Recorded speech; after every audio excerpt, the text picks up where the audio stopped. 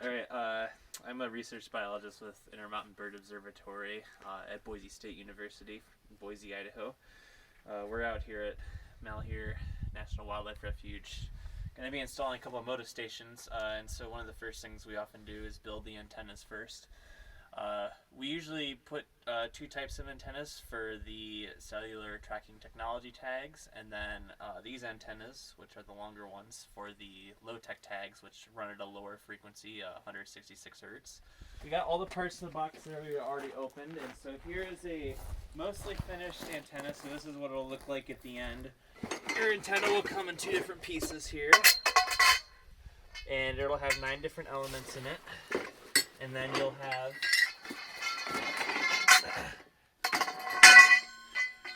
the center mount for your mast and all of the U-bolts and end caps and parts to connect them and everything in here. So basically each element should be marked with a little sticker with the model number again, or it'll say element and the number of the element. So this is element 3, and they're numbered 1 through 9 here.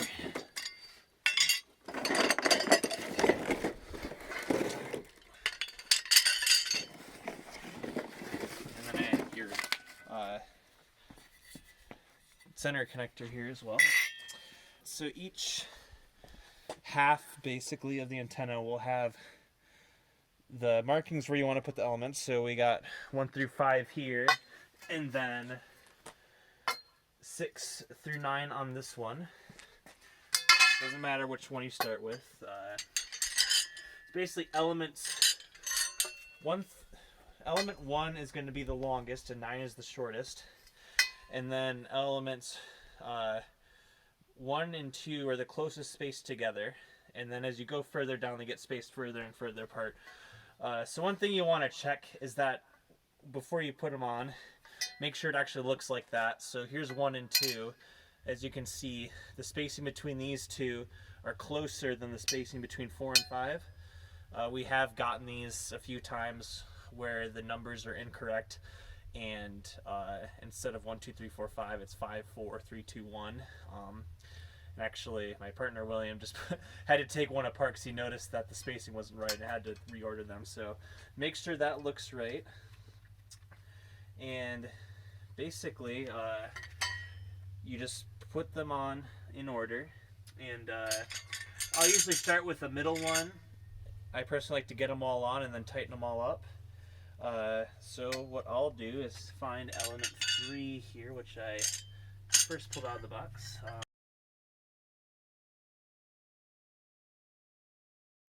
And I'll usually try to orient them all the same way. The most important part is that when you put 2 on, which has the little boom on it, you want to make sure you have your connector piece where your cable screws into facing towards the middle, so towards 5.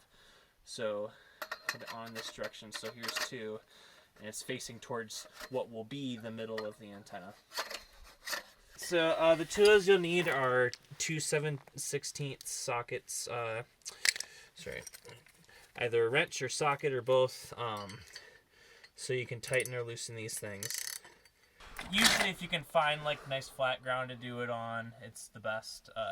But the general idea is just anything that's flat on 2 ends that you can stick this with the elements like such. And then you'll want to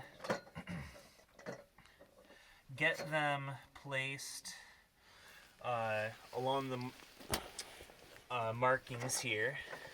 So yeah, you can see the markings there, and I just want to get it so it's centered with the markings on each side.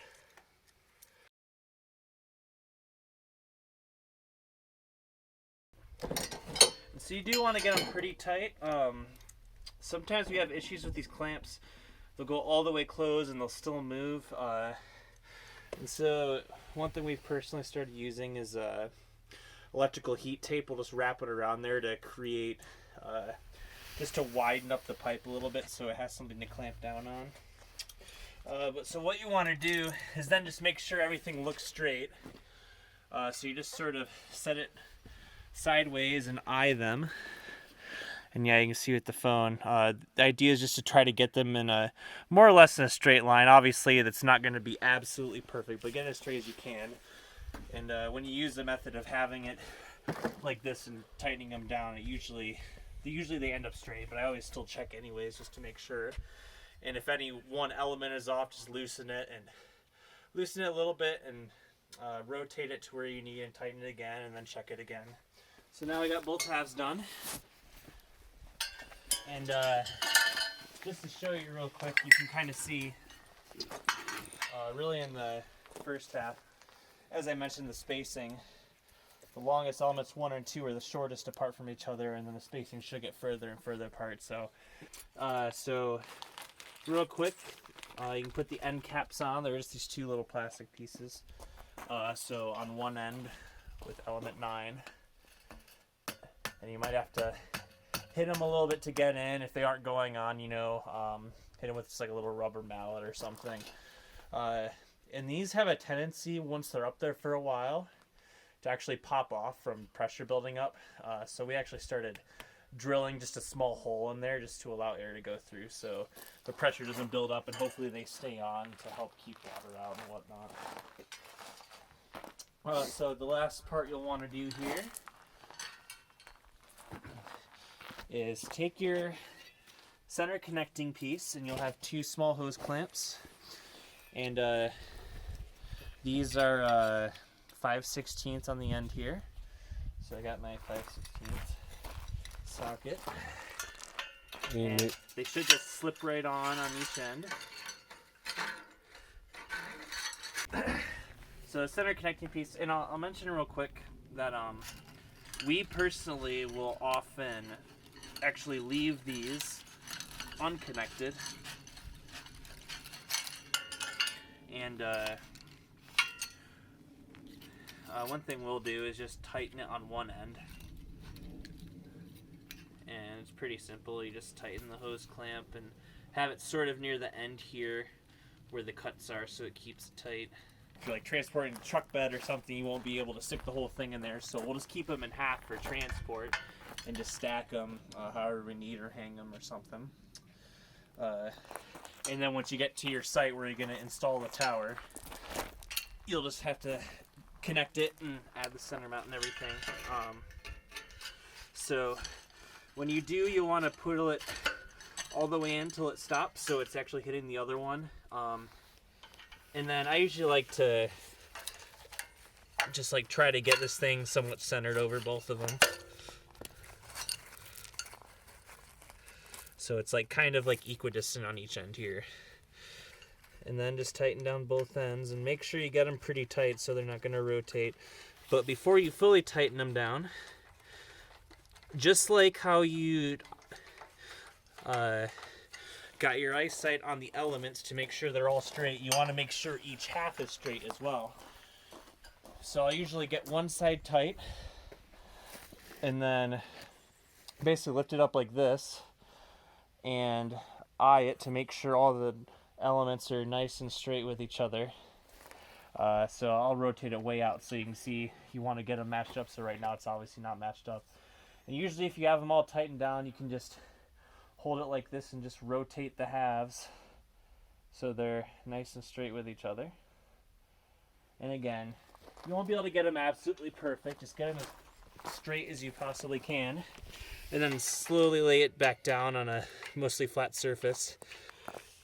Get these pretty tight, but not so tight because you can break these. A lot of these parts are fairly fragile. These elements, if you over tighten them, the bolts can break off and you have to put a different bolt in there.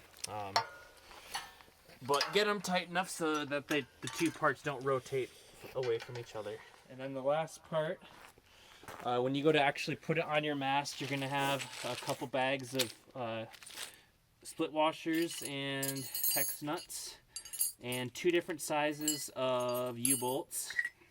So this goes over your center connector, and the part with the concave here goes up against it.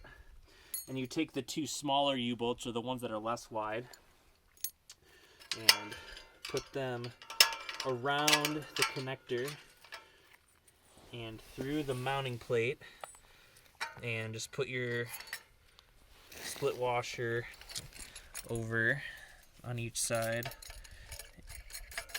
and the hex nuts.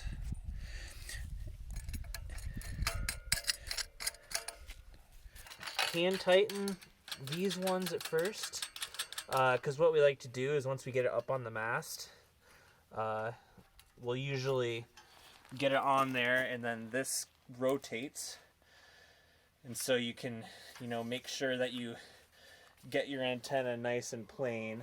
So once you get it up on the mast, you can rotate it and have someone eye check it from a distance to make sure the elements look flat however you want them.